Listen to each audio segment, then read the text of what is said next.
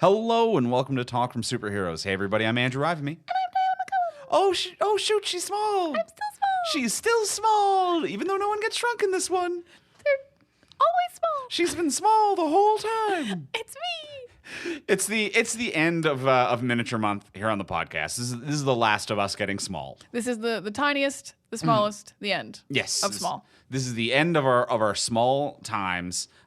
We've shrank for a considerable period of time. It's just about time to be getting back to our normal sizes. We got to get up to the top again. We got to be normal sized. It's getting hard to feed the dog. It's getting hard to live our lives. These tiny microphones. It's been an adjustment. Saving money on food. Saving money on food. Food's real big when you're real little. When you're real little. It's just me and like one peanut or whatever, and like that's a whole time. We learned a lot from Honey, I Shrunk the Kids and the Big Cookie. Yeah. The Big Cookie did look appealing. Yeah. In retrospect, peanut was a poor example of me just So now. hard. You need a Oh softer. my God, it would have to be a marshmallow? I think a marshmallow would work. My miniature teeth would not be able to like get it would be like a boulder. Like I wouldn't be able to get a bite out of that.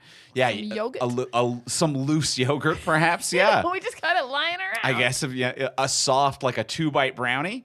Delicious. Yeah, more like 200-bite brownie. When you're real little like that. Boy. Yeah. Oh boy. Yeah. What we're saying is we've been trying to figure out how to get little for a whole month to save money on food. Yep, and we never did. Because food's getting expensive. Food is getting It's expensive. been the whole reason we've been doing this. Life's a nightmare. But we're out here talking about movies. Food's getting pricey, but we're talking about movies. We're keeping it chill and light. That's right. Just keeping it real light. This week on the podcast, we're talking about Osmosis Jones. Osmosis Jones. We knew they were tiny. We knew they didn't shrink. Yes, to be fair, we knew going in this was not a shrinking movie. we knew, but we knew they were small. We knew it was tiny stuff. And it feels like a good bookend for a month that started with Fantastic Voyage. You know what I mean? We're going back into the body. We're going back and exploring the human system where it all started. So we went in the body. Yeah. We explored the whole thing. And we're coming right back out again. Right back out at Osmosis Jones. Right out of the tear duct. Oh, she did. It did come out of the double tear duct. Double Inspired tear by duct. Fantastic Voyage, perhaps? It's all connected. Oh, shit. It really was an influential film. Love it. Well, we're going to be talking about Osmosis Jones today on the podcast. Before we do, though, we want to thank our sponsor of today's episode. We want to thank our friends over at tpublic.com. tpublic.com, where you're going to find your next favorite t-shirt or tank top or hoodie or long sleeve shirt or baseball shirt. I've got some of the baseball shirts, and they're fun. You love the baseball shirts. It's a fun, different look with your nerdy design on it. Yeah, the baseball I like to rock shirts. it. I'm not a baseball shirt guy. I like the tank tops. I like hitting them up for their tank tops at TeePublic. I like how there's different kinds of tank tops. I'm a big fan of the racerback. Yeah, you got different styles, and you can also get non-clothing. You can, when you find a design you like, you can also get it on a sticker, a mug, or you can get it on a phone case as well. So there's a few different options, and all the designs that you find at tpublic.com are designed by an independent artist who is getting a commission for their work, and they're cool and unique designs that have kind of like a fresh perspective on the things that you like, or might be a mashup, or might just be a cool art piece on their own. It's always kind of something unique and fun. It is unique and fun. You're going to find something you love that you're not going to find anywhere else. This week, my shirt is a tossed salad and scrambled chili dogs. It is the Sega logo, but it says Frasier in the Sega font. And this is because David Hyde Pierce is in this movie. We've tied it all together. But also, it's just really fun to be like, Frasier! We have different Sega, whatever Sega you were raised on. Whichever you were raised on. Whichever commercial you saw more often. Yeah. I'm a soft Frasier. I'm a hard Frasier. I'm a hard, but it's such fun. a fun shirt. It's fun either way. It is the wildest mashup of shirts. I'm a big fan of it. That's a great one. The other shirt that I'm liking this week, I think it's because I've been playing a lot of Midnight Suns. I like one called the Power of Magic t-shirt, which is just like a really nice kind of like watercolor style of Doctor Strange, and it's just kind of like all the splashes of color of his costume using like negative space really well, of like the absence of Strange and just the magical elements kind of appearing. It's a really beautiful and cool design. I like it a lot. tpublic.com, different styles for everything you need. Fun mashups and art. And also art. Also art. Also art. And if you like either of the designs that we just mentioned or any of the ones we've previously mentioned on the show, you're going to want to head over to our storefront, which is at tpublic.fromsuperheroes.com. When you shop through that link and you purchase anything at all, not only do you send commission to the artist who designed that work, but you also directly support this podcast as well. And you, when you go to that link, can search around our storefront with a bunch of the designs we think are cool and recommend to our listeners who might share the same tastes as us. But also you can just search around the full store and pick out anything that you like just by heading over to our store link, tpublic.fromsuperheroes.com. That is teepublic.fromsuperheroes.com. And thank you, TeePublic, for your support. Thank you so much, TeePublic. And now let's get into the full episode. Let's talk about Osmosis Jones.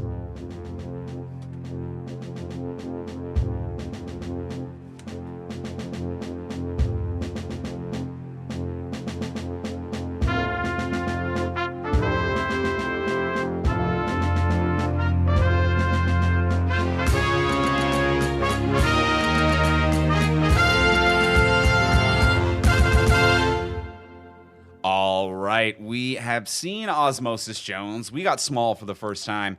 You ever seen this movie before? No, this is one of those rare ones where we went in blind on neither one of us having seen it, which we don't do too frequently, because a few times that's really hurt us. We've been blindsided by a film, not knowing what it was. How was it hurt? You mean just like the movie was bad, or just okay, yeah, yeah, just like, oh, we didn't know what this was. Yeah, and we did not know what this was. I remembered the trailers really clearly for some reason. I knew the concept of what this was. Mm-hmm. Yeah, I think that this is one that for whatever reason, I don't know if it was just like it came out during a slow month or what, but I just feel like, or it was just because like it wasn't critically well received, but it was the butt of a lot of jokes of like late night television for like a full month. Oh, was it? Yeah, I have such a strong memory of this movie of being like every monologue, like late night TV monologue, taking at least like one pot shot at this movie.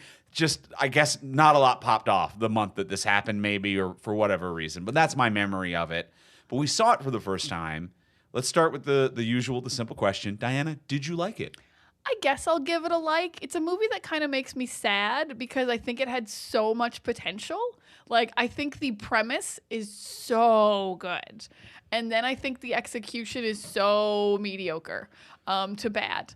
It doesn't feel like it's super well directed or edited, but it is perhaps the most like clever and cute movie I've ever seen that didn't make me laugh ever once.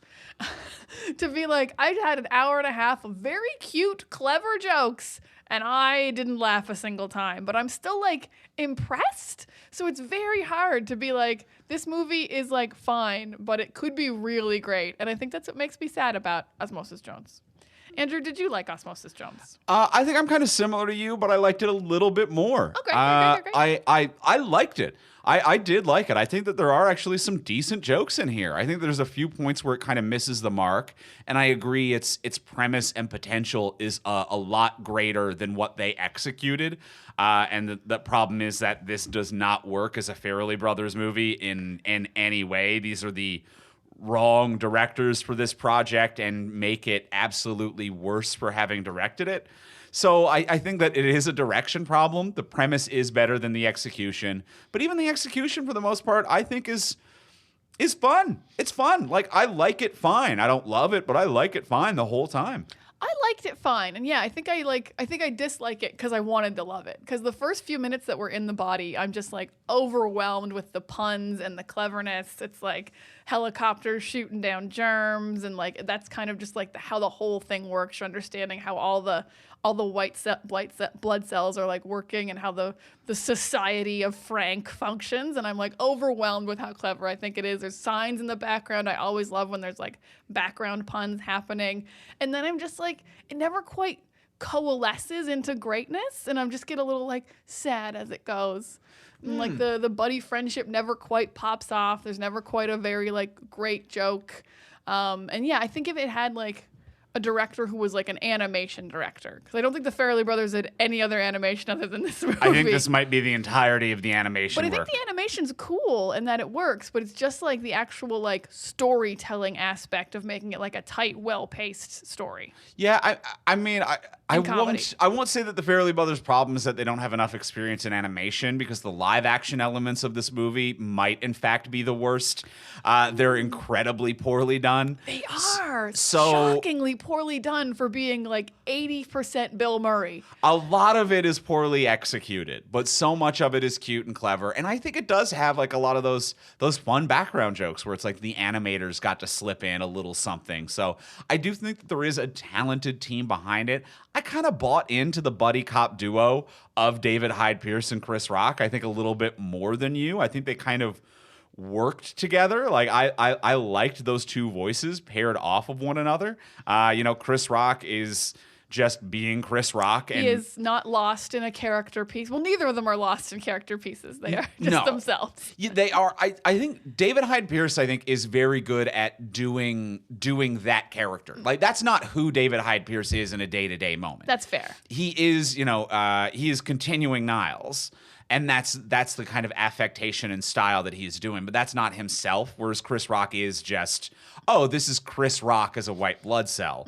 But David Hyde Pierce, I think, gets it a little bit more. But I think they play off of each other pretty well. Like I think it's pretty well cast for an animated movie that uses on-camera actors without a lot of voice training or vocal background. I think that this movie did a really good job of, if you're not going to cast voice actors with any range or capabilities, you need to nail the casting. And I think that the casting is pretty well paired in most regards in this movie. That is a really great point about casting. I will say completely, almost 100% on casting, especially because it is face actors. That's a great point, because Chris Rock has such a distinct voice, and it's not an animated voice per se, but it is like, that's a character. And David Hyde Pierce is doing like a full character. And also Lawrence Fishburne is like, he kind of still sounds like himself, but like such a good, like smooth villain as Thrax. I really, really liked him. And Shatner's got a weird voice too. So it's like they did do a very good job of like being like, these are actors whose voices are distinct enough and interesting enough that even though they're movie and TV actors, these are good choices for animation voices. Yeah, absolutely. David Hyde Pierce is doing David Hyde Pierce, but that's exactly who you want when you write a character like a David Hyde Pierce type. It fits exactly what they've designed of the uppity cold pill. Yeah. Yeah, 100%. So good casting throughout. So I kind of bought into the buddy copness of it a little bit more. I think they can be well cast and still not have any like good writing for the buddy copness though. Like I just don't feel like I felt them bonding, but I'm like, you're good at this. Okay. And it's just not working for me. So I can't even really tell where the disconnect is. Also, like things seem to just be moving really like a lot on the camera. Like the camera never seemed like it was still because it's animated. I guess they just kept panning and panning and panning. And maybe I just wanted some still shots to sit for a minute. The movie is definitely not comfortable sitting at any point. It is doing a bit too much at any given time. I agree with that 100%. Maybe that's why I couldn't like sit in the moment, because this is, for all intents and purposes, Rush Hour set in someone's body. It is exactly in body Rush Hour. Absolutely in body Rush Hour. It came out 3 years after Rush Hour. Chris Rock says some of the lines that Chris Tucker says in Rush Hour when they get into his car. It is quite clearly a parody, homage, whatever you want to say, to Rush Hour. Not that Rush Hour was inherently fresh, like the unlikely duo, different cultures pairing up, the buddy cop system. Rush Hour was doing a format that worked for a long time, but Rush Hour did have kind of like a new and very popular take on it, and I think that this is that flavor of a flavor. Oh yeah, and Rush Hour did it well. They did a lot of money. They succeeded on it. But I remember the scene in Rush Hour where they start to bond, and it's the scene when they sing War and they eat Chinese food at the car. And it is a scene that just sits. Yes. And that's when you actually feel those two characters bond together. And so like this movie doesn't have that scene.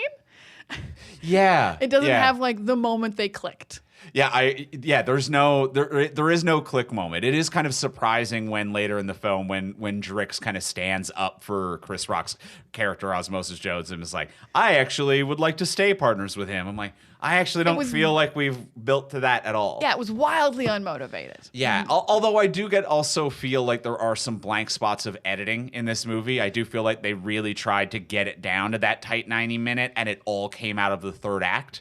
So I do feel like this first act is a lot of like set up, check out the world. And then third act, it's just like a thing's gonna blow up. We got there, it didn't blow up. Good night, everyone. And they really like cut out a lot of stuff.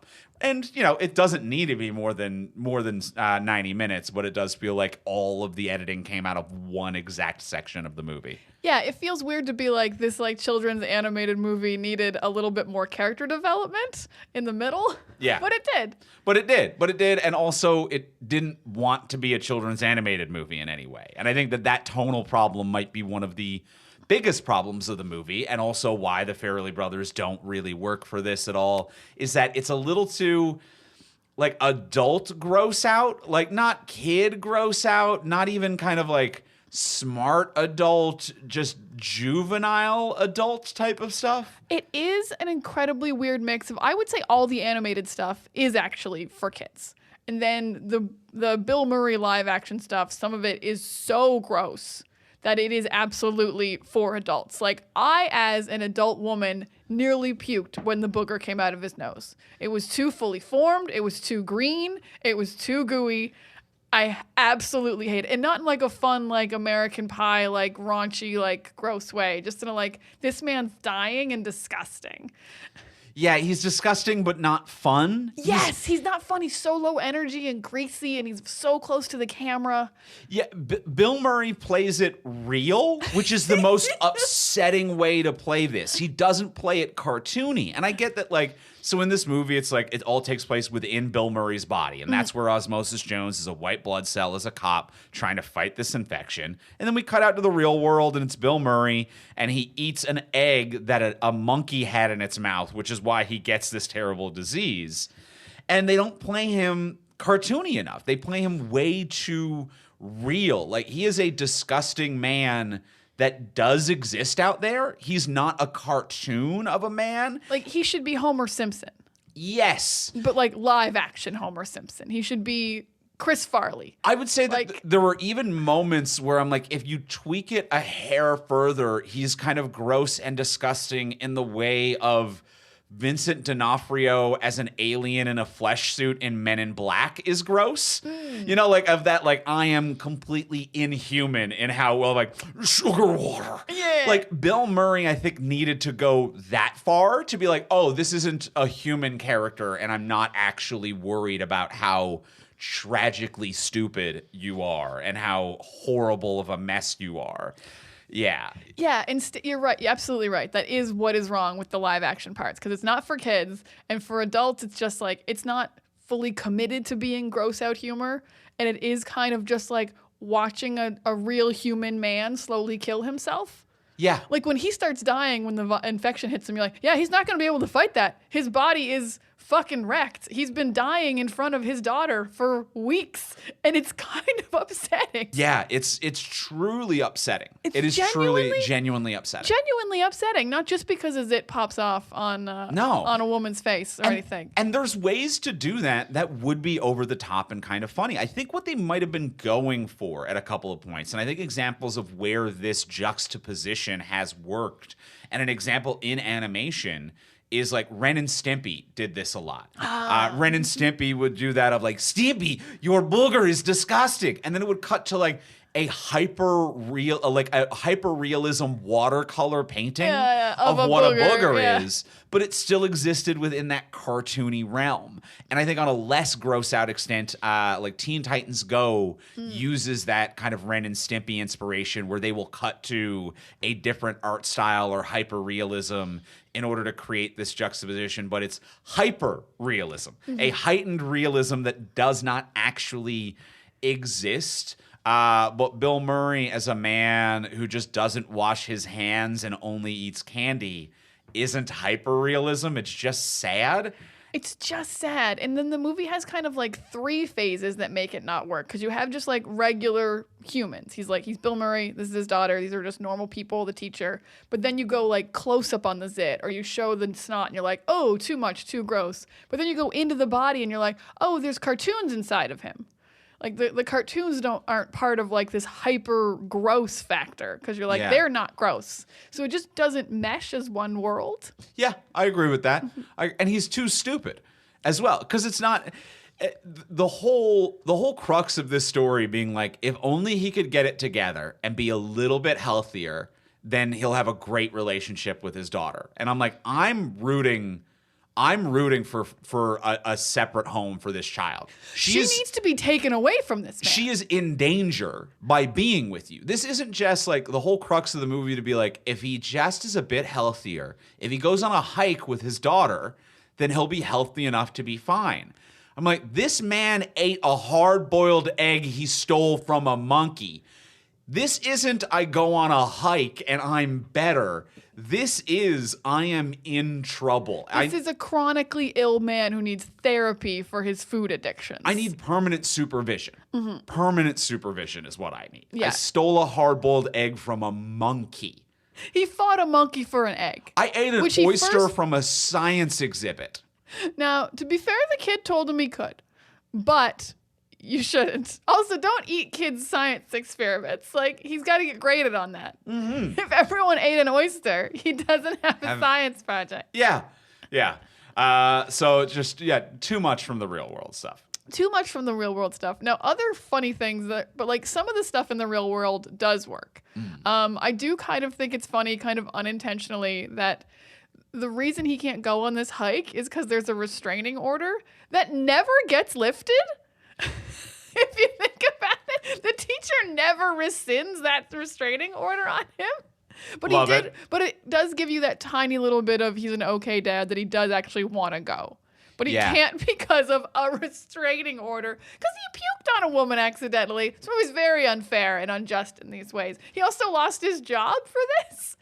Because he became this joke of a man. Now, this is where I do feel like it was heightened reality that does not actually exist, and I didn't feel uncomfortable about that part. No, I wasn't uncomfortable. I liked that they didn't show the puke until like after the puke had come out. I don't want to see the puking process. Yeah. But like also like, yeah, that's a fun hyper reality of you get fired for puking on someone. There's a restraining order. Like, that existed in an accelerated world. Yeah. And then everything else was like, this is real. I'm like, no. I think like the hospital was too real. The hospital was a real drama. That was the realest hospital I've ever seen. Like, it wasn't stark white. It was just like, I'm like, oh, this is what hospitals actually look like. Yeah, just a curtain drawn, a yellow room that people were running in and out of. Yeah, that was pretty real.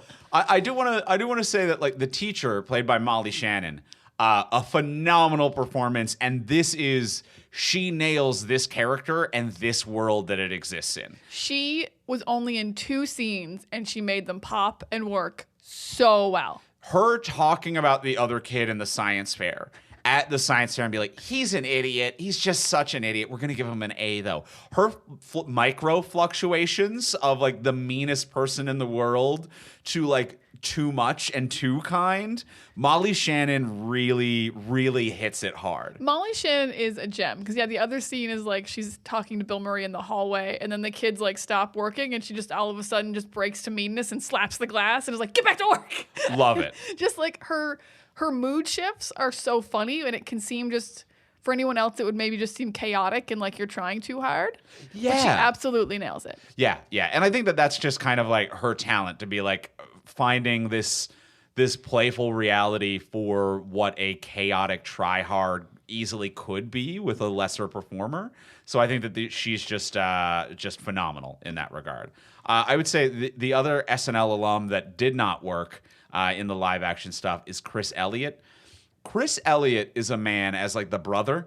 Oh, he's the brother? Okay. Yeah. I was like, he's very far down the IMDb. He is surprisingly far down. But Chris Elliott, just as an actor, is someone who I'm like, I don't understand why you worked so hard for a decade. Because he was also in Something About Mary. Yes. Yeah, he was also in Something About Mary, and he's just done a million things. Yeah, he's got a not unfunny look about him. Like, he looks like a man who should be in comedies. Yeah. I'll give him that. But he doesn't perform like a man who should be in comedies. He's never landed a joke. Although I will say, one of my favorite parts of this movie, and it's not even so much delivery as it is just random writing, is I'm going to kick your daughter out when she's 16. This was actually quite funny to me. This conversation went on too long. Yeah. Like, he's like, if you die, I'll raise Shane, but I'm going to kick her out when she's 16. And Bill Murray's like, what? Why would you? 16? He's like, I'm not going to coddle her. I'm going to kick her out when she's 16. And it kept going way longer than I'd expect. Yeah. But it wasn't really so much delivery as just like the fact that the scene didn't end. The fact that the scene kept going, the fact that he was drinking in the ambulance, cracked open a fresh beer, that's pretty funny. But yeah, like he was given funny things to do at times. But Chris Elliott, just for a decade, I'm like, you're a person who's just always been there, huh? Yeah, and he manages to do it without just being like an Adam Sandler friend, which is usually how you get to just be there in comedies. Yeah. You got to be a friend of Sandler's. Yeah. Whereas like Elliott's like, I'm a friend of like the SNL old guard who didn't really make a lot of their own projects. They were in other people's projects. They were hired. Yeah. But they weren't like makers of things. Yeah, I agree. Yeah. Yeah. Baffling career. Yeah. He's the Rob Schneider of like the previous generation of SNL alums. I find it very fascinating. Yeah. Maybe a David Spade. I don't know. Yeah, I maybe never know how to Spade-ish. rank the Sandler friends. Yeah. I've never done a proper ranking. You know what? It doesn't need to be. You know what? I won't spend my brain power on this. I feel that's like a good call. Spade or Snyder both work equally in a reference of which Sandler friend is the Chris Elliott of a previous generation. So I'm good in either regard there. You're good in either regard. Now, I will say this movie does a thing that I know you don't like, and I think kind of will definitely makes it like not timeless, which is celebrity cameos. Although slightly funny celebrity cameos. You mean Kid Rock? Kidney Rock. Kidney Rock. I mean, like, it's. I actually respect the pun. I do not want. Who can we get? I like that they went through the list, obviously, of who is famous right now, and who can we make a pun name from? Yeah, it must have taken days to get through the book of celebrity cameos before they found a punny one. Mm-hmm. I normally do not want to encourage Kid Rock working or being in anything, but it is pretty ripe for a pun at a club within the body. It's right there. It is right there. I will say I don't know where Uncle Cracker was, because he's also in this somewhere, but I didn't see any crackers. Like in the stomach or anything. Oh, I see what you're saying. I think he was just in the band, because that was the band at the time. Was like Josie, Uncle Cracker, and Kid Rock was their band at the time. I just assumed he'd be a cracker. That would make sense, huh? That you could have a cracker in the stomach. You'd get kidney rack and a cracker. Yeah. Fair enough. I will say, again, not encouraging Kid Rock being in anything. No. This guy sucks. I normally hate celebrity cameos. For a pun name in an animated movie, that actually doesn't bother me so much as a celebrity cameo. I actually think where this movie really bothers me, the thing that I'm just like, you've got to get the fuck out of here, and this is like a top tier dislike for me, is its music in general. Ooh, it was very bad. My God. It is nonstop, and it is of the era where like clearly all of the trailers had the like, please buy the soundtrack available through Warner's Music, because every 2 minutes is a new song and the movie has no time to use the songs. So it's like, here's a song by Nelly, but two characters are fully trying to do a scene over a lyric song by Nelly. Yeah. And this is always awful. I can't hear what they're saying because this song is too loud, because Warner's Music owns the subsidiary that's distributing the soundtrack, and you have to do it. So there's so many popular pop recording artist songs that are blazing loud over scenes with full dialogue. And then on top of that, also an original score that goes way too hard.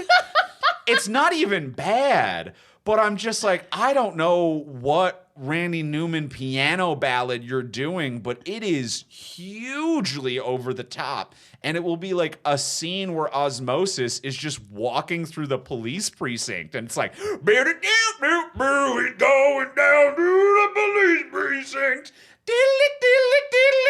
I'm like, we have got to stop. We have got to stop. This is too loud all of the time. Please stop. There was a scene where he just stopped to get donuts that was like played like the biggest action scene of all time. And he literally just got out of his car and he called the brain. He was like, what's this mean? That was the scene. And they were like, woo, we're getting donuts. Boo-doo-doo-doo. It's Osmosis Jones. It doesn't stop. It doesn't doesn't stop. I will completely agree. I will actually tie this back to like what I said about I think the buddy copness of it all not working is that a lot of the scenes in the car, there is that music with lyrics playing, and I kind of just even miss what they're saying. Oh, I have no idea what's said most of the time they're in that car. Yeah, whenever they're in the car and when they're at the club, because that's when Kidney Rock is playing. Yeah. There's just like all that dialogue is just gone. And for a movie with this much music, they never once try to do a montage or an interstitial. They're never like, we got to go collect clues. And now let's visually tell. They never visually tell a story. Instead, they audibly tell you the story while a full-on song by Kid Rock plays. And it is miserable. And what else is miserable is that I don't think any of these songs were bangers. Oh, they're all shit songs. They're all awful songs. Not even a hit. Like, not even like a Take Me There from Rugrats, which was fucking ruled. Yeah. Take Me There from the Rugrats movie was great. I'm with you. I ain't mad at that. But yeah, all of this music is just a complete mess. It's a travesty. I can't believe where this conversation went of me being like, he's going to hate that Kids Rock's in it. He's like, no, that pun works, but I hate that there's music in general. Music in general, I did not enjoy it. Yeah, so I didn't care for that. And for a movie with the musician Brandy in it to have terrible music, I'm like, what are we doing here? Did she even have a song? There's one song that I think that she did as a tie-in for the soundtrack that I don't recall hearing at all in this movie. So I'm baffled. I'm truly baffled. And then they sing like a weird version of My Name Is, but with Drix's name, I think. Yeah. But it doesn't have any backing. Like, I don't think they officially were allowed to be doing this. No, it's just a reference to, and it was with Osmosis's name. Was Osmosis' name? Yeah, Right. it was a call and response, and Drix said Osmosis's name. I guess. We already talked about Bill Murray being sickly and everything, but we didn't talk about the mom. This crazy storyline about how the mom died of something? The mom's already dead. And seemingly from also just poor eating and health. Poor health. Like, because they say she's killed by germs, and the daughter is like, you're going to die like mom did because you eat bad food. Yeah. And that's all the information they give us about how this woman died. And you're like, this kid has to get out of this house. Yes. She's going to be killed by these enablers of junk food. Oh, at the very least, she's already permanently psychologically damaged for life because like her mother and almost father are dying of disease. Ebola level disease. From eating monkey eggs. Eating monkey eggs. And I don't mean monkey egg. You know what? Monkey eggs. Monkey eggs, they're new. They're dying from diseases caused by eating monkey eggs. And the daughter, clearly broken inside, is like, gotta eat a carrot. Gotta eat a carrot. The carrots will stop it. A carrot will stop it. A carrot. Gotta go for a hike. Gotta eat a carrot. One hike and a carrot is not stopping this super disease that your father has created. In no way. No. Yeah. So whatever. And like, oh my God, when Bill Murray's dying and she tells him, I don't blame you for mom's death. But like, that's a lie because she clearly does. She absolutely does. She clearly does because that's not a plot point that Bill Murray was concerned about at all in the movie. He's never mentioned it. Not a fear of him as a father. It is not anything that bothers him. He has no nightmares. He doesn't feel bad. He doesn't think he killed his wife. In no way. He doesn't think that his daughter thinks that he killed his wife. His entire thought process this entire movie is, I would like to go to Wingfest. And that is 100% of his thoughts. He has not had any other thoughts. Not any other single thought. As he dies, his daughter yells, I don't blame you for mom's death. Whoa. Whoa! What a thing to find out your daughter definitely blames you for upon your deathbed. Like, Bill Whoa. Murray should have opened his eyes and been like, what? Was that on the table? Brutal. As like a thing that was a thought you've had? You did? What? If you didn't, why would you have just said this? Exactly. You Yeah. absolutely did, daughter. This is entirely new information. Oh my Oh, God. man. I don't blame you for funny for all the wrong reasons. Oh, absolutely all the wrong reasons. And also she's wearing all that crazy makeup and eyelashes. Which is also an insane thing. All of the real world is so truly unhinged and not in a way that seems aware that it's unhinged. Yeah, it's not unhinged in a fun way or like a way that is like aware that it's unhinged. Yeah, because she just like shows up on the bus to go on this hike, and on the way to a hike, one of her friends is like, "I've got fake eyelashes for you, and let's do makeovers." And it's like, you're going to the woods. Why are you putting on blush and eyeliner? Do you guys know what hiking is? Kids are weird. Kids are weird, but like a moving bus is no place to apply makeup. She would actually look worse. Yeah. A moving bus would be like you'd have your lipstick all over the place. The eyeliner would be off. Oh, the camera trying to get the shot of a child putting a fake eyelash on another child on what was, I believe, an actual moving bus and not a set. It was a moving bus indeed. I am They're lucky positive. they did not blind a child trying to film this scene. Oh yeah, you can just poke your You can just finger right you in can just that eye. get that finger right in there. So yeah, that is a truly unhinged thing. So I think that the writer of this movie did not have a lot of experience with like 12-year-old girls or what their mentality or lifestyle was like. But the writing, I think, of Inside the Body, I know I like it better than you. I think a lot of the Inside the Body stuff does work. I like the jokes per minute. I think that it's just like the vomit button in the stomach, how everything works, the white blood cells, the fighting in the mouth, these little background jokes that they would have around. Now, Mayor Fleming going up against Tom Kalanick for the fight for mayorship, I thought was great. Now I think you misunderstand me. I like all this stuff, and but I want to love it. Like, I think all these puns are so clever. I think the way the body works as a society for the cell at the cellular level is brilliant. I think the pill being like, I went to school to fight germs, and he's like, and then Chris Rock is like, street smarts. I'm like, this is actually incredibly brilliant writing of like the buddies that will team up in this. But yeah, like, don't think there's any spoken jokes that land for me. I don't think there's It's clever stuff instead. Considering they have like these two comedic actors as the leads, I don't think there's ever a moment where I'm like, that delivery nailed a joke. I think everything is in the animation and like the plotting out by the storytellers. I can agree with that. Yeah, I agree that So it the makes comedy me- is not in the performance. Yeah, it makes me sad. Yeah, because there is opportunity for comedy to be in the performance with a cast like this.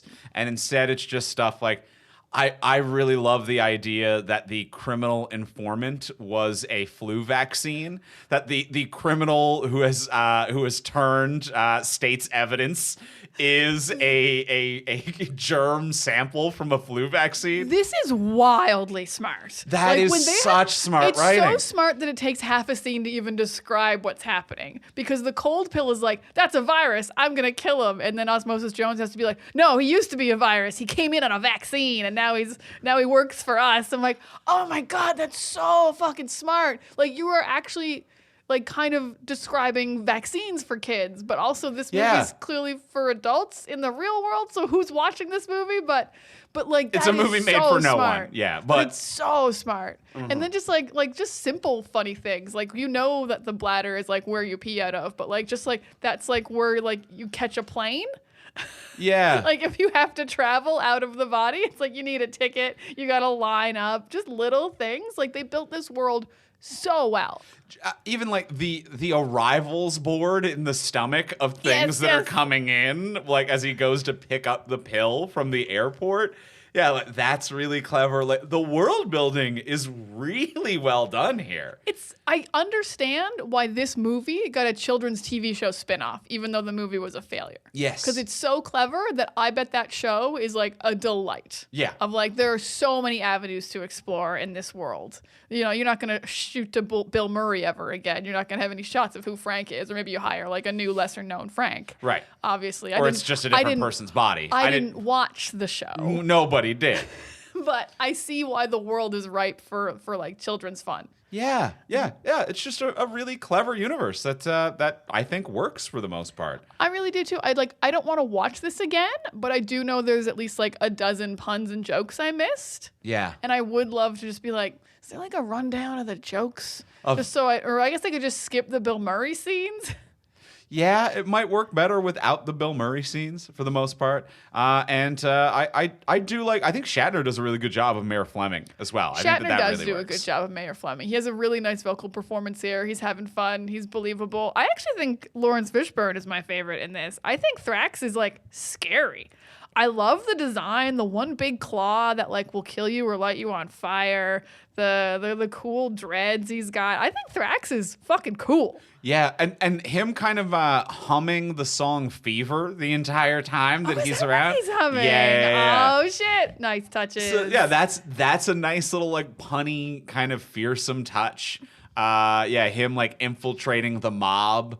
The mob, and they're in like the lymph nodes, and it's always like, yeah, those are always swollen, right? I'm learning, but I'm also applying my knowledge while I watch this movie. Yeah. Infiltrating the germ mob and taking over. And Fishburne, while recognizable, is not doing his natural speaking voice, which I think is certainly like it's admirable. Like that is definitely a big choice for a film actor with a powerful and recognizable voice who was hired, I think, definitely for the power of his voice to come into the studio and be like, no, I'm making a character decision on this, and I'm going to be slightly less recognizable than you would like me to be.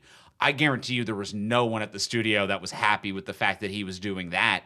And he did it anyway, and I really respect that. Because they clearly just wanted him to do Morpheus. Because Yeah. he looks kind of like Morpheus. Yeah. He's got a big long coat, and he's got glasses. Like, he was just supposed to sound exactly like Morpheus. But I was watching it, and I had to go to IMDb to be like, this is familiar, but I actually haven't quite landed on who this guy is. Yeah. Instantly. Yeah, so like I'm not going to say it's a 100% perfect voice performance, but it's one where like he takes a swing and a lot of it works, and I think it's really admirable, it's really cool, and it's definitely like a fuck you to the people who hired him not wanting him to do the thing that was better for animation. And yeah. he did the thing that was better either way. Nothing but love and respect to Fishburne for just that one little move right there. Always love and respect to Lawrence Fishburne. But also, I think even just from a writing perspective, I think Thrax is very scary. The fact that his goal is to just kill people faster and faster and faster.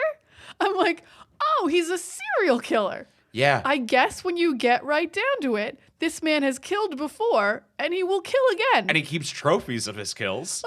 Jesus. And he's just trying to beat his own time trial. Jesus. It's not a matter of can he kill, it's can he beat his previous record. He has no doubt that he can kill. Yeah, he's There's just going no for doubt a in his PR. mind. Yeah, Wow. he just wants that personal record. He's pretty cool. Yeah. I actually feel like Osmosis Jones isn't cool enough to beat him, and he shouldn't have. Yeah, I can kind of see that to a certain degree. But And he also never shot him with that gun.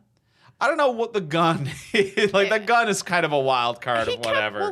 He kept saying it pulls to the right, and he tried to shoot a guy, and then he reached for it in a few fights, and then it just was gone the last half of the movie. It was like the censors showed up, and they were like, no guns. You can keep it in the first half. It didn't hit anything. It just felt like it was building to him using the gun properly. Yeah, I can see that. Yeah, they had enough information about the gun that it made it seem like it was going to be something special. But I did like Drix's gun. Drix's character design in general, that is something that I really enjoy.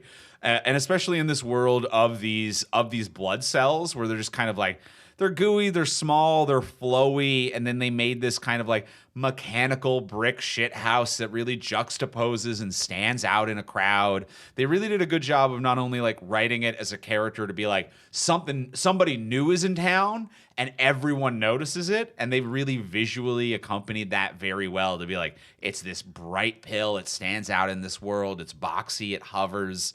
I think it's really smart how they did that. I think it's smart for several reasons. Yeah, because he's very clearly like solid, whereas everything else can move around, like the way that Osmosis like changes his face and they can change into different shapes. And he's like, I am immovable. I am a pill, and it makes them again very buddy cop, very different. When he opens his chest up and he's got like cold blasts, very very neat. Also, the way he hovers. The fact that it's like just like how like the water shoots out of a pill when you drop it in water.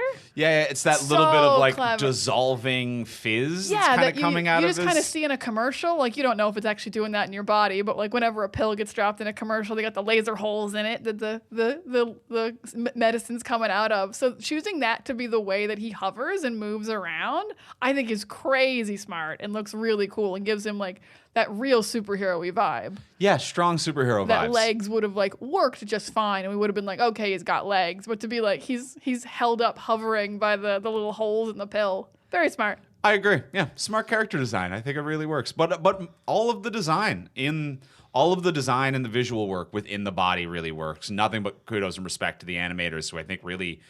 I don't think the animators dropped the ball in a single frame of this movie, frankly. No, the animation looks good. Like it pans too much, but everything is like so thought out and so clever, and like there is a lot of like heart gone into this. The animation, what's happening? Like this is not a rushed theatrical production. Well, maybe the live action stuff was. The Yeah. animation seems like it had like 4 times as long to be worked on as the live action. That was the other thing about the live action that I had almost forgot to mention, is that not only is the live action kind of like too gross, too real, and not really in a good spot, it's filmed cheaply. Like it seems like it was filmed on VHS in an afternoon. Like it's stretched, it's grainy, it's out of focus a lot of the times. It really is just a technical mess, even by comedy standards, to be like, oh, you had no effort, time, or fucks to give in any way filming this. Yeah, it doesn't even film like it's filmed on like quality cameras. Yeah. Like it feels like it's filmed on like home video some of the time. You're like, and it's also like it's poorly lit. There's like clearly not very many shots taken. Like you just did these all really quickly. No setups, no multiple shots, no multicams. Like Everything seems ADR'd because you didn't get any of the audio clean the day that you filmed it. So clearly it wasn't like a locked down set where you had control of the environment. So it's like you filmed in one day and got no audio. which is so weird when Bill Murray's the lead and he's showed up. Like, did you use all your cash to pay him? Yeah. Like, where did all your film budget go? Because the animation looks great and is so, like, worked on and so precious. And they're like, no, we worked really hard on it. Like, we definitely weren't rushed. We have all these jokes. We built up the world. And then the live action stuff is like, we took 5 seconds. Yeah. A good 5 seconds. A good 5 seconds, but 5 seconds. Yeah, really, really sloppily filmed live action stuff for incredibly detailed animated stuff. Yeah, it almost feels like this was only supposed to be an animated movie, and at the last second they were like, what if we spliced it with live action? Right, we got Bill What Murray if for we- a day. What if we did that? What if we just added a bunch of live action? Like, oh, we already finished the animated stuff. We only got like a week if you want to add some live action. 100% feels like a late edition. Well, I think that's a great segue into asking our final question, which is every week we end our discussion with the final question of what would you change? So now that we discussed everything we've discussed, what would you change about this if you could change anything?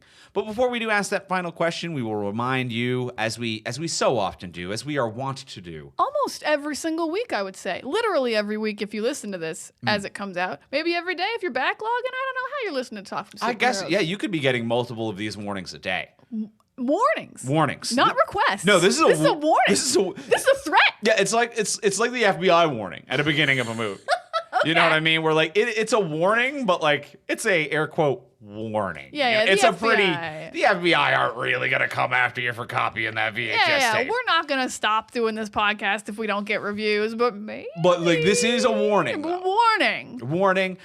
Please subscribe, rate, and review on Apple Podcasts, Spotify, Podcast Addict, whatever podcatcher you might use by hitting different places, call it different things. You can follow or subscribe, whatever they might call it. And then you can leave us a rating and or a review. It helps us move up the charts, move up the rankings, and that helps us get recommended to new listeners. And also then when new listeners find us, they check those reviews or they have a look at our star rating. And that has a sincere effect on whether or not someone's willing to give our podcast a try for the first time. Guys, help people find us. Don't leave them threats. Leave them the opposite of threats. Compliments, welcoming. I said tones. warning. Warning, right. You right. upgraded it to threat. I did upgrade it to a threat. But You know what? I'll do that all the time. It's a threat now. Now it's a threat. Now Threat level 5 stars. Threat level 5 star. stars. Put that in the review. Leave a simple review, threat level 5 stars. You don't need to overthink it. You don't need to say anything verbose. You can just say threat level 5 stars.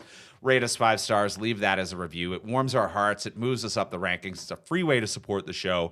And it means a lot to every podcaster that you might listen to. So if you haven't already, take a couple minutes out of your day and do it for a few of your favorite podcasts because it makes a difference to all of us. A lot of threats out there. A lot. You got to get them labeled. I'm now threatening you on behalf of other podcasts. And that's why I'll go collect my cut from the other podcasts later. Andrew knows what he's doing. I know, but it's a whole protection racket, technically. But that's my own personal private business. And as well, if you'd like to support the podcast monetarily, you can. We got a second racket going on. We got a second racket. It's not a racket. It's a threat. Did I say threat? It's not a threat. It's a favor. So if you head over to Patreon, patreon.com/FromSuperheroes. Patreon is a monthly subscription service. You can get cool bonuses and benefits depending on how much you have in your budget. So you can kick in at $1 a month, 5, 10, 20, whatever you can afford. You can do monthly. You can do yearly. If you do yearly, you get a month free. And then also you can cancel or change your subscription level at any given time if your budget should change. So it's very flexible according to what you have going on with you. So if you have $1 and you want to support this podcast and this network, because it really supports the entire network, go to Patreon, kick in $1, and you get our webcomic a day early. And if Sometimes like 2 or 3, depending on when I Photoshop it. you get it early, though. That's the main thing. It's early. Yeah. And it's not a threat. It is not a threat. It's a nice little present in your inbox. And if you do the $10 hero level, you also get a bonus episode of this podcast every single month, a Patreon exclusive. This month, we did Honey, I Blew Up the Kids. We did a big one to go with our small ones. Yeah, so we did that this month. Next month, we are Plane. Plane. Oh, we're going to do Plane. We're going to do Plane. We decided to go silly. There was no theme for next month. No, so we're just doing Plane. We just want to watch Plane. Frankly, I'm a little curious about Plane. It's just called Plane. And how bad or good it might be. We haven't watched it yet, but we're pretty excited about it. That's going to be next month. We're going to talk about Gerard Butler and Mike Coulter's Plane. They bought a plane? We bought a plane in this one. Is that the premise? Who knows? But we are going to find out together. When we watch Plane. So Plane is going to be next month. Honey, I Blew Up the Kid was this previous month. And when you sign up, you get access to the full back catalog. So head over, check it out, have a look at the page at patreon.com/FromSuperheroes. That is patreon.com/FromSuperheroes. And now, let's go into the close. Let's ask the final question of what would you change? Diana, what would you change? My change is a little controversial, and I'm not even sure you're going to be on board. I'm not even sure if I'm on board, but I like it, and this is where I would take this. So the Thrax, the infection, wants to kill Bill Murray within like 48 hours. And then Drix keeps talking about how he's a time-release capsule who only has a certain amount of time. But then at the end, he's just alive and normal, and he's like, I'm just going to live in the body and work with Osmosis Jones. And I'm like, no, this needs to be like, your times have to match up. You have to kill the virus before you just disintegrate away, as you will, because the body will eat at you and destroy you. And you should be killing Thrax in a sacrifice play because you're dying anyway. And it should be beautiful, and it should be sad. And you should have like one final big bomb inside you that's going to kill Thrax. And like Osmosis can still get like the chain first, because that's how you save Frank. So he has to get the chain off of Thrax. But then Drix should be doing this like kill shot and then die and be like, my time was up anyway. I'm a 24-hour release capsule. So I didn't understand how he was even still around at the end. They clearly stated he was a 24-hour time release capsule. I'm just going by the rules you've laid down, Osmosis Jones. I also noticed this. Yeah. So this is my change. Drix dies for no particular reason other than that I'm like, it lines up nice. It's poetic. I love it, and I felt the exact same thing of him like kind of like fading away into dust as it gets towards the end. Because I will say, as he kept opening his chest, he had fewer and fewer capsules, which I liked. He didn't have as many bullets to shoot, so they kept a continuity of the fact that he's like running out of it's not bullets. infinite. He can't fight this fight forever. He won't be on the Force for long. Mm-hmm. So yeah, I think that would be my change. I would have a sad ending. I like that. I like that a lot. I think it could stand for a sad ending and a little bit of stakes, and I think that also that just tells us it just tells a nice story, and it adds a little bit more importance to their friendship as well. Yeah. So that's my change. Andrew, what would you change about Osmosis Jones? I would say number one, we cut out the music just real quick. Oh, I'd love that. I'd love that so much. We cut out the music by Kidney Rock, with the exception, not of Kidney Rock. With the exception of what I do not understand is what they have done with the musician Brandy in this film. As the character of Leah, the aide to the mayor? Yeah, she just kind of works for the mayor. And she's just kind of around. Can you name one of the things she did in this movie? She wrote a speech for him that he didn't read. And she checked his temperature once? Yep. And then she is discouraging of the mayor Yes. at a certain point, but never really acts on it or does anything about it. She does sneakily tell Bill Murray to go on the hike. She takes over his conscience for a second. Oh, okay. But it didn't take. It did. That's why he asked the teacher to lift the restraining order. Oh, okay, fair. Because he was not allowed to go on the hike. Okay, that's fair. That is fair. So she did like a little bit. But I think this whole character needs to be reworked. Yeah, it doesn't work. To be like, why is she in this movie? Why at are you all? not also a cop or a reporter or something? Or like, How about a singer?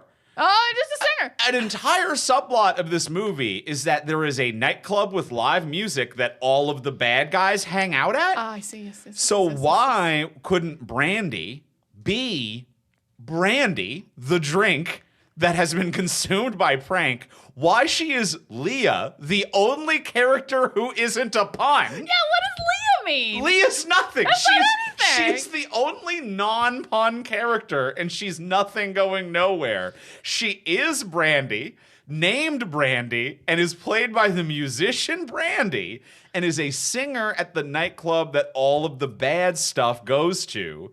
And also, like, the subplot of, like, Thrax, the big villain, isn't just doing it alone, is rounding up all of the other germs. And so she could be, like, the one who tells Osmosis to be like, someone's been collecting power. Something big is going down here. So, like, that would give her then a sense... like a sense of urgency and something to do in the plot to be like, I've noticed something going down at the nightclub lately. Someone's consolidating power. And then it actually involves her in the storyline of this while making her a pun. And then also giving a reason for Brandy to sing the tie-in song that she has on the soundtrack for this movie, which is the only fucking song this movie doesn't play. I love that you are fixing the plot and the marketing of the film at the same time and the tie-in-ness of it. Like you are a PR team's dream. I'm thinking full 360. All right, I look at the full picture when I'm talking movies. The whole Osmosis. I look at the whole. I don't look just at the Jones. I look at the whole Osmosis Jones. So that is my 360-degree picture for what Brandy is. Why she's just in a room with the mayor, I don't know. I love this. I love the idea of giving the female character something to do. I can't believe I didn't notice she is the only not pun. That's absolutely ridiculous. Leah! That's not anything. Am I missing what this is a pun of? What? You're just Leah. That's just a normal name. You're just Leah. That's not okay. What? That's not okay. You're the aide for Mayor Fleming going up against Tom Kalanick, and you're Leah? Does she have a last name? It's just Leah. It's just Leah. Just like how Brandy is just Brandy. Yeah, absolutely. So that's my big change for this one. Brandy's character is named Brandy. Yes. I love it. Yeah, synergy. Sincerely? Synergy, make clean. Absolutely works. Clean. We've really nailed the marketing of Osmosis Jones. Yeah, I think we fixed think this it's one great. pretty good. Well, that is going to be it for Osmosis Jones and for our miniature month. We're full size now. We're full size. Full size. We had our 24-hour release capsule, just like Drix. We're feeling good. We're back to it. We will not eat any monkey eggs anytime soon. I mean, grocery prices are high. They are high. If a monkey gets mean, my egg, I'm going to be livid. I think in 2023 it's okay to fight a monkey for an egg, but in 2001 it wasn't yet. No, those egg prices weren't up yet. No, egg prices now? Now I'd fight a monkey for an egg. You gotta fight a monkey for an egg sometimes. This economy. It's understandable in today's age. Yeah, we blame the economy.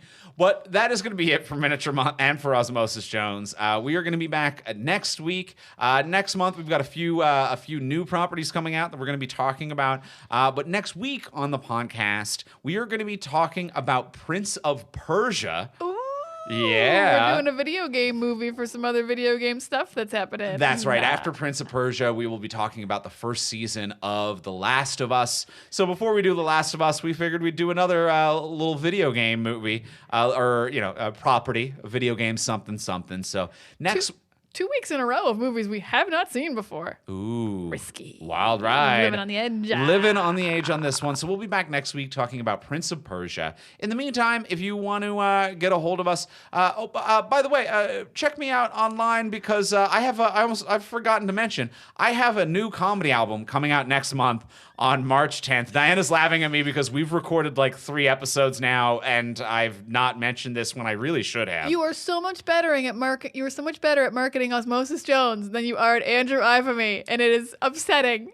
It's brutal. It's brutal. Yes, of course, your album is incredible. Thank you. I have a new comedy album coming out on March 10th. If you're listening to this before March 10th, you can pre-order it right now. If you go to Murderbird, that's the name of the album, murderbird.andrewivamy.com. That's murderbird.andrewivamy.com. Or if you hit up any of my socials, primarily Instagram at Ivamy, Ivimy, you'll find my link in the bio and you'll find clips and relevant stuff there. But I am very excited for the world to hear it. I've already gotten some positive reviews, and it's very exciting and fun. It's my second album. I'm super proud of it. It's called Murderbird. It will be out March 10th. You can search Murderbird on your platform of choice, or go to murderbird.andrewivamy.com, or find me on any social media at Ivamy. It is a hilarious album. It is absolutely wonderful. The jokes are very good. At the very least, you need to check out the album art. And if that doesn't make you want to download it, I don't know what to tell you. It all works. You're hopeless if that doesn't do it. Andrew is good at synergy, you guys. Yes, this we're is doing Osmosis Jones 2, basically. It's perfect. But it's Murderbird, the album. Check it out. I'm at From Superheroes. Wait, what am I at from? I don't have anything to plug. I'm on Twitter at Words of Diana. There we go. That's what you normally say. I know. You don't normally point at me. I was really on the spot. It's like, I don't have an album. Well, no, you just say that you're at Words of Diana. Check out her pinned tweet. And you can reach both of us most places at From Superheroes. And we'll talk to y'all next week. Bye.